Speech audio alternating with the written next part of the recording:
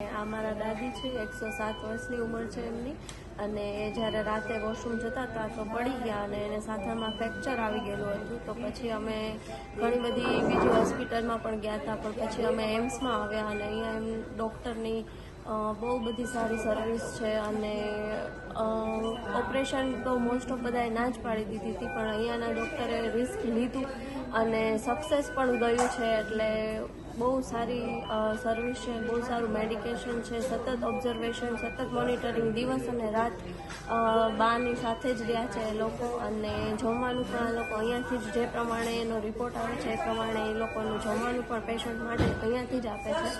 તો અને સ્ટાફ સતત મોનિટરિંગ કરે છે દિવસ અને રાત. કોઈ પણ પ્રોબ્લેમ હોય એ હંમેશા સાથે જ હોય છે. અને હું બધાને રિક્વેસ્ટ કરીશ કે કંઈ પણ તકલીફ હોય તમને કોઈને તો એકવાર એમ્સમાં જરૂર બતાવો. 50% ચાન્સીસ હતા બાના જીવવાના અથવા તો રહેવાના. સક્સેસ જાય કે ન જાય એનો કોઈ અમને આઈડિયા જ નહોતો, પણ સરે ચાન્સ લીધા અને સક્સેસ કર્યું. એના માટે really thank you so much everybody of AIIMS. બહુ સરસ સારવાર મળી છે અને હોસ્પિટલ તો બહુ જ સારી છે.